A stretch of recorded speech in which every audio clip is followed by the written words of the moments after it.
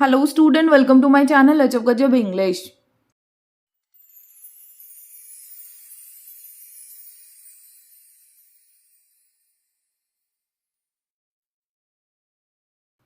आज है डे 35 और आज हम डिस्कस करने लगे हैं फुटप्रिंट विदाउट फीट जो हमारे सीपीएसई क्लास 10th की बुक है उसका एक चैप्टर और चैप्टर का नाम क्या है द मेकिंग ऑफ साइंटिस्ट।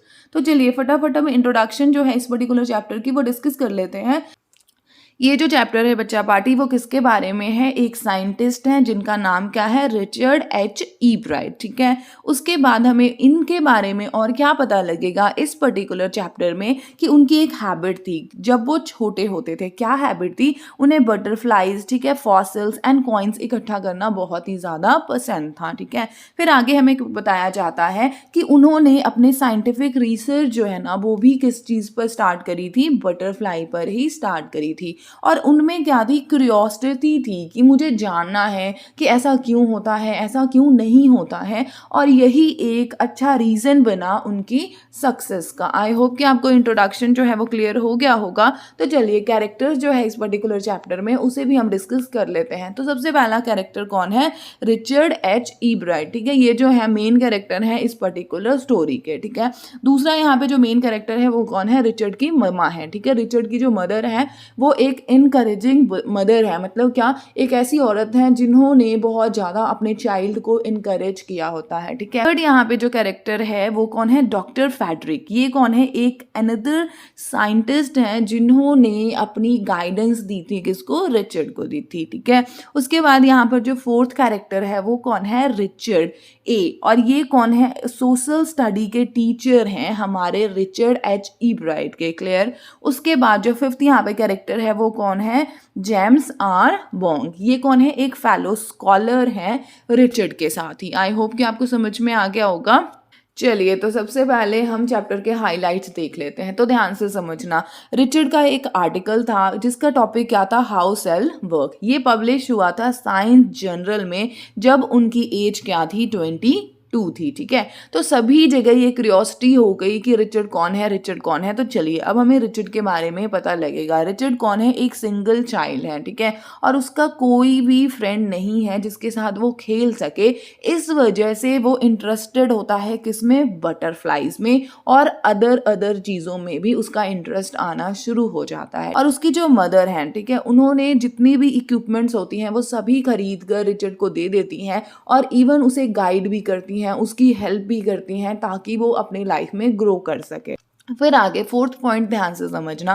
कहता है रिचर्ड ने एक दिन एक बुक पढ़ा। ठीक है, और उस बुक का नाम क्या था, the travel to monarch X. ठीक है, उसको पढ़ने के बाद इसका इंटरेस्ट जो है वो किस में चला गया, साइंस में चला गया। उसके बाद क्या होता है, he raise thousand of monarch butterfly at home over few years. अब देखो ये कितनी बड़ी बात है कि उसने थाउजेंड मोनार्क बटरफ्लाइज को ना अपने घर में ही रेज्ड किया। ठीक है, उसके बाद वहाँ से ही इसकी जो, मतलब आप कह सकते हो साइंटिस्ट बनने की जर्नी थी वो स्टार्ट होती है। और इवन जो हमारे रिचर्ड है वो क्रेडिट भी देते हैं कि हाँ ये जो बटरफ्लाइज हैं, ठीक है, वो मेरे सक्सेस में एक अच्छा और एक कह सकते हैं अहम जो है भूमिका निभाती हैं।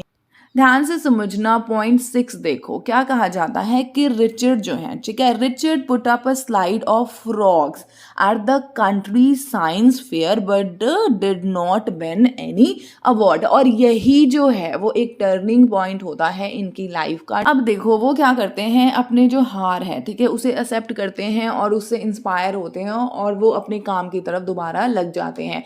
वो एक साइंटिस्ट की हेल्प भी लेते हैं, ठीक है, उनके अपने वेरियस प्रोजेक्ट्स में, ठीक है, ताकि उनको और भी ज़्यादा क्लैरिटी होती जाए। उसके बाद क्या होता है, उनको बहुत सारे अवार्ड मिलते हैं नेशनल और इंटरनेशनल लेवल पे साइंस फेयर में। उसके बाद देखो क्या कहा जाता है, हिज वर्क ऑन बटरफ्लाई। ठीक है, उनका जो वर्क है बटरफ्लाई, ठीक है, उसकी वजह से इनको फर्स्ट पोजीशन मिलता है साइंस फेयर में। ठीक है, और रिचर्ड जो है वो डिस्कवर करते हैं क्या, कि hormone necessary for growth of monarch butterfly, कि कौन कौन से जो हार्मोन हार्मोन है ना वो नेसेसरी है किसके लिए, मोनार्क बटरफ्लाई के ग्रोथ के। ध्यान से देखना फिर आगे हमें क्या बताया जाता है, he work at the army laboratory, वो आर्मी लेबोरेटरी में भी काम करते हैं और US department of agriculture laboratory में भी काम करते हैं।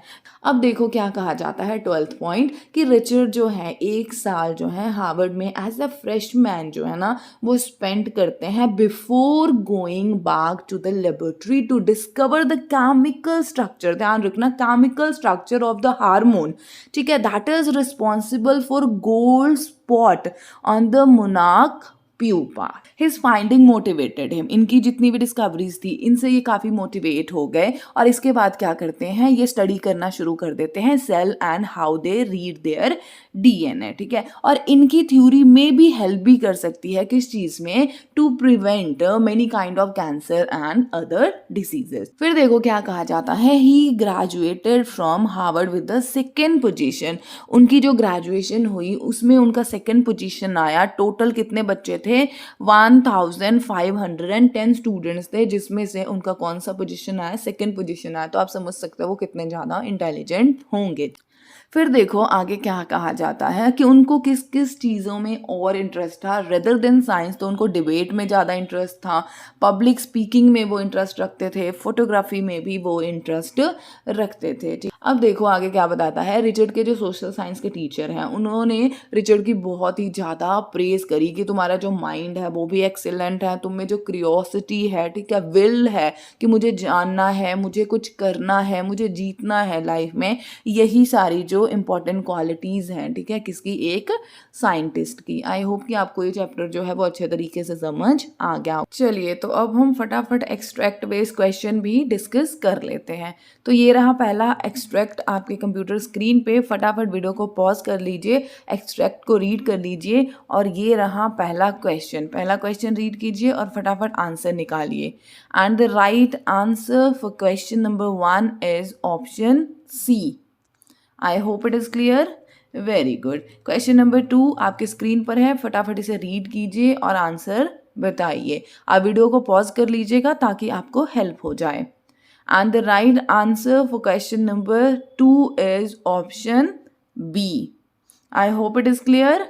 क्वेश्चन नंबर 3 आपके स्क्रीन पर है, फटाफट क्वेश्चन को रीड कीजिए और फटाफट सही आंसर बताइए। And the right answer for question number 3 is option C. I hope it is clear, very good. Question number 4 ये आज के सेशन का लास्ट क्वेश्चन है, फटाफट क्वेश्चन को रीड कीजिए और फटाफट आंसर बताइए। And the right answer for question number 4 is option B.